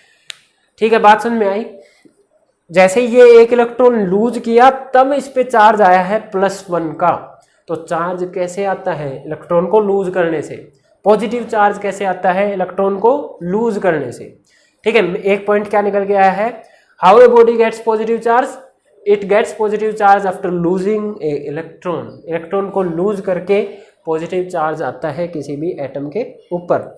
नाउ देखते हैं नेगेटिव चार्ज कैसे आता है। दो तरीके के चार्ज पड़े ना, एक पॉजिटिव एक negative, and I am going to discuss how the body gets the negative charge. We have already discuss how the body gets its positive charge. ठीक है, if I will talk about chlorine. Chlorine भाई 17 इसका atomic number है। यहाँ से अगर neutral form में बात करूँ तो इसके पास नंबर ऑफ प्रोटॉन कितने, ये तो अभी तक आपको याद हो गया होगा, नंबर ऑफ प्रोटॉन उतने ही होते हैं जितना उसका एटॉमिक नंबर होता है। If I will talk about number of electrons that will be 17, क्योंकि जितने प्रोटॉन उतने इलेक्ट्रॉन न्यूट्रल फॉर्म में। If I will talk about the total charge of this atom you will say it have +17 proton and -17 charge of electrons that will be 0। जितने positive उतने ही negative, तो overall आपके पास 0 charge था chlorine atom के पास neutral form में। अब मैं बात करता हूं, हमने बात करी थी ना, सोडियम ने एक इलेक्ट्रॉन लूज करा, क्लोरीन ने एक इलेक्ट्रॉन गेन करा आफ्टर गेनिंग 1 इलेक्ट्रॉन। ठीक है, मैं कब बात कर रहा हूं, आफ्टर गेनिंग 1 इलेक्ट्रॉन क्या हुआ क्लोरीन के साथ। ठीक है, मैं वो डिस्कस कर रहा हूं। तो भाई देखिए, क्लोरीन था, एक इलेक्ट्रॉन इसके पास ऐसे आ गया, जो सोडियम ने दिया था वो वाला, सोडियम ने लूज कर दिया, इसने गेन कर दिया, दोनों के पास 8-8 इलेक्ट्रॉन हो गए थे, ये स्टेबल हो गए। पर गेन करने के बाद क्लोरीन का क्या हुआ ये देख रहे हैं। ठीक है, 17 था। नंबर ऑफ प्रोटॉन्स कितने, नंबर ऑफ प्रोटॉन्स कितने, 17 ही रहेंगे, क्योंकि नीचे तो 17 ही लिखा जा रहा है। ठीक है, if I will ask you what is the number of electrons to this chlorine atom, तो आप बोलेंगे कि पहले तो 17 थे दोनों, पर अब इसने एक इलेक्ट्रॉन बाहर से सोडियम से ले लिया। पहले कितने थे, 17, एक इलेक्ट्रॉन और आ गया तो कितने इलेक्ट्रॉन्स हो गए, 18, एक एक्स्ट्रा आ गया ना, तो कितने हो गए, 18। Now if I will ask what is the total charge of this chlorine atom, you will say total charge निकालने के लिए प्रोटॉन का तो +17 है, इलेक्ट्रॉन्स पर नेगेटिव चार्ज होता है जो कि 18 है, +17 और -18 दैट इज -1। तो क्लोरीन पर कैसा चार्ज आया, -1। तो आप इस क्लोरीन को, क्लोरीन के ऊपर -1 या एक माइनस का साइन लगा के ऐसे बना देते हो, -1 लिख लो। ठीक है, तो ये भी क्या बोला जाएगा, आयन। वो कैटायन अनायन वो केमिस्ट्री में इनके नाम होते हैं। ठीक है, ओके। क्लोरीन पे एक नेगेटिव चार्ज, क्लोरीन आयन बन गया। प्रोटॉन पे एक पॉजिटिव चार्ज, सोडियम पे एक पॉजिटिव चार्ज, सोडियम का आयन बन गया। तो आपने क्या देखा, इलेक्ट्रॉन कोई लूज करेगा तो उस पर पॉजिटिव चार्ज आ जाएगा, इलेक्ट्रॉन कोई गेन करेगा तो उस पर नेगेटिव चार्ज। इसने गेन किया था ना एक इलेक्ट्रॉन, तो इस पर आ गया नेगेटिव चार्ज, इसने लूज किया था तो इस पर आ गया पॉजिटिव चार्ज। नाउ कैसे चार्ज आया, क्या मेन पॉइंट बना, क्या मुद्दा बना इधर से, चार्ज कैसे आता है बॉडी पर, वो या तो इलेक्ट्रॉन लूज करेगा या वो इलेक्ट्रॉन गेन करेगा। अगर वो इलेक्ट्रॉन गेन करता है, नेगेटिव चार्ज, इलेक्ट्रॉन पे नेगेटिव चार्ज है, उसने नेगेटिव चार्ज गेन कर लिया तो इस पर नेगेटिव पावर बढ़ गई, तो इस पर नेगेटिव चार्ज आ गया। अगर इसने इलेक्ट्रॉन लूज कर दिया, नेगेटिव चार्ज छोड़ दिया, तो इस पर कैसा चार्ज आ जाएगा, पॉजिटिव। तो how a body gets charge, जो हमारा पास मेन क्वेश्चन था, इसका आंसर बनता है a body gets charge by losing और gaining the electrons.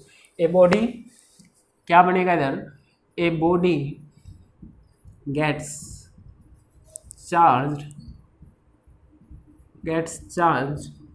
By losing और गेनिंग द इलेक्ट्रॉन्स। ठीक है, बाय लूजिंग और gaining the electrons, by losing और गेनिंग द इलेक्ट्रॉन्स। ठीक है, या तो इलेक्ट्रॉन लूज करने से या गेन करने से बॉडी के ऊपर चार्ज आता है। ठीक है, if body loses its electron lose क्यों करेगी? To gain stability, to gain stability, stability gain करने के लिए। If a body loses its electron to gain stability, एक बॉडी ने इलेक्ट्रॉन लूज किया है तो उस पर कैसा चार्ज आता था? The body gets positive charge. The body, negative खत्म हो गया ना, इलेक्ट्रॉन लूज कर दिया। The body gets positive charge, the body gets positive charge, ठीक है। एंड दूसरा पॉइंट इसमें क्या है, अगर ये लूज करने की बजाय इसने इलेक्ट्रॉन गेन किया होता, जैसे क्लोरीन ने किया है, for example sodium atom loses 1 electron, तो हमारे पास सोडियम आयन बनता है। ये दूसरा पॉइंट क्या बनता है? इफ बॉडी और atom gains the electron to attain stability, then it gets, electron gain कर लिया, इलेक्ट्रॉन एक्स्ट्रा आ गया, तो it gets negative charge, it gets negative charge. For example chlorine ने एक गेन किया था, for example chlorine atom gain 1 electron, ठीक है भाई। मार्कर ख़त्म हो गया, वो भी नहीं है, रिफिल भी नहीं है, रिफिल वर्क ही नहीं करती है, दूसरा मार्कर लाना पड़ता है। तो यहीं पे मेरे को रोकना पड़ेगा इस लेक्चर को, ठीक है। कोई बाकी का कल रिकॉर्ड करेंगे दूसरा मार्कर ला के। इसी के अंदर मैं जैसे ज़रूरी नहीं कि एक ही इलेक्ट्रॉन लूज करे गेन करे, एक से ज़्यादा भी कर सकते हैं। एक से ज़्यादा करेंगे तो जितने गेन या लूज करेंगे उस हिसाब से उन पर चार्ज आता रहेगा। जैसे एक जैसे दोबारा से डिस्कस करते हैं भाई, क्लोरीन -1, ठीक है। आपसे पूछा जाए इस पे कितना एटॉमिक नंबर है, तो आप बोलोगे जितना यहाँ लिखा होता है वही एटॉमिक नंबर होता है। आज से पूछा गया what is the number of protons, what is the number of protons, तो आप बोलोगे जितना एटॉमिक नंबर होता है वही नंबर ऑफ प्रोटॉन्स होता है। आपसे पूछा गया what is the number of neutron, तो आप बोलोगे कि जो टोटल मास नंबर होता है ये बराबर होता है number of proton plus number of neutron के, ठीक है। ये आपने प्रैक्टिस कर लिया पहले क्वेश्चन। तो यहाँ से नंबर ऑफ न्यूट्रॉन 35 - 17 जो भी आपके पास आएगा, ठीक है, वो आपके पास नंबर ऑफ न्यूट्रॉन हो जाएगा। ओके, आपसे मेन क्वेश्चन पूछा गया what is the number of electrons. तो पहले आपने पढ़ा था इलेक्ट्रॉन्स उतने ही होते हैं जितने प्रोटॉन्स होते हैं। आपने देखा प्रोटॉन 17 है तो आप इलेक्ट्रॉन 17 नहीं लगा सकते, क्योंकि आपको इधर एक नेगेटिव चार्ज भी दिख रहा है, ठीक है। नेगेटिव चार्ज होने का मतलब क्या था कि कोई बॉडी ने जब इलेक्ट्रॉन गेन किया होता है तो उसके ऊपर नेगेटिव चार्ज आता है। अगर एक नेगेटिव चार्ज लिखा है तो मतलब एक इलेक्ट्रॉन गेन करा है, 2 नेगेटिव चार्ज किसी पे लिखा है तो मतलब 2 इलेक्ट्रॉन गेन करे। जैसे SO4 2 नेगेटिव, इसने 2 इलेक्ट्रॉन गेन करे हैं, ठीक है। तो किसी पे 2 नेगेटिव लिखे हैं तो उसने, जैसे कॉपर पे 2 पॉजिटिव अगर लिखा है तो इसने 2 इलेक्ट्रॉन लूज करे। पॉजिटिव चार्ज का मतलब लूज इज द इलेक्ट्रॉन। तो 1 2 3 ऐसे लिखे मिल सकते हैं। एक वैल्यू लिखी है तो 1 गेन या लूज करा है, 2 लिखा है तो 2 गेन या लूज करें, तो इस तरीके से मतलब होता है। तो यहाँ पे नंबर ऑफ इलेक्ट्रॉन्स, इस पर एक नेगेटिव चार्ज है। नेगेटिव चार्ज तब आता है जब इलेक्ट्रॉन लिया है, एक नेगेटिव चार्ज लिया है। तो पहले 17 थे, अब कितने हो जाएंगे इलेक्ट्रॉन्स? 18 इलेक्ट्रॉन। तो इस तरीके से रहता है आपके पास इलेक्ट्रॉन। कैसे एक बॉडी ने चार्ज अटेन किया, एक बॉडी पर चार्ज आता ही क्यों है? क्योंकि बॉडी स्टेबल होना चाहती है। स्टेबिलिटी का रूल है लास्ट ऑर्बिट में ऑक्टेट पूरा करो, लास्ट ऑर्बिट में 8 इलेक्ट्रॉन पूरे करो। अब वो 8 इलेक्ट्रॉन पूरा करने के लिए एटम्स एक दूसरे के साथ कोऑपरेट करते हैं। कोऑपरेट करने में वो क्या करते हैं, या तो इलेक्ट्रॉन दे देते हैं या इलेक्ट्रॉन ले लेते हैं या एक दूसरे के साथ शेयर कर लेते हैं। इलेक्ट्रॉन लेने देने इन सब के प्रोसेस से अलग अलग तरीके के बॉन्ड बनते हैं, ठीक है। वो बॉन्ड आपके पास पढ़ेंगे हम 10th क्लास में भी, कार्बोनाइल कंपाउंड शायद। तो कोवेलेंट बॉन्ड वगैरह अलग अलग तरीके के बॉन्ड होते हैं। तो इलेक्ट्रॉन का आदान प्रदान होता है, इलेक्ट्रॉन का गेन और लूज होता है। या इलेक्ट्रॉन गेन करेगी तो नेगेटिव चार्ज आएगा, इलेक्ट्रॉन लूज करेगी तो आपके पास पॉजिटिव चार्ज आएगा। तो बॉडी चार्ज कैसे होती है, इलेक्ट्रॉन के गेन करने से और लूज करने से बॉडी चार्ज होती है। गेन करेगी तो नेगेटिव चार्ज, लूज करेगी तो पॉजिटिव चार्ज। एक इलेक्ट्रॉन गेन करा तो एक का नेगेटिव आ गया, दो गेन करे होते तो दो नेगेटिव आ जाते। एक लूज करा है तो एक पॉजिटिव चार्ज आएगा, दो लूज करे हैं तो दो पॉजिटिव चार्ज आएंगे। इस तरीके से आपके पास चार्ज आता है बॉडीज के ऊपर। So what we have discussed today, there are two types of charge, positive negative. How a body gets charge, we have discussed that by sharing और गेनिंग और लूजिंग द इलेक्ट्रॉन्स। इस तरीके से body charge को gain करती है। ठीक है, ये था बेसिक्स आपके पास आज का। नेक्स्ट लेक्चर में हम डिस्कस करेंगे इलेक्ट्रिक करंट के बारे में। ठीक है, वो चीज़ हम इसमें नेक्स्ट लेक्चर में डिस्कस करेंगे। कोई भी डाउट हो आप कमेंट सेक्शन में बता सकते हैं। देखिए, आपको मैंने बोला था कि जो लाइव क्लास लेंगे आपके डाउट्स के लिए, पर अभी कुछ ज़्यादा हुआ ही नहीं है। आप सभी नोट करते रहे, जो भी आपके डाउट है नोट एक बार नोटबुक में लिखते रहे, या तो आपको ऑनलाइन लेक्चर में या तो आपकी ऑनलाइन क्लास लेके डाउट सोल्व कर लेंगे, या फिर हम कोशिश करेंगे आप सबके डाउट एक बार ग्रुप में ले लें या कमेंट सेक्शन में ले लें और उसके ऊपर एक वीडियो ही बना दी जाए डाउट्स के ऊपर सभी के लिए। ठीक है, तो डाउट को नोट करते रहें जो भी आपके पास आ रहे हैं। ये एकदम बेसिक है।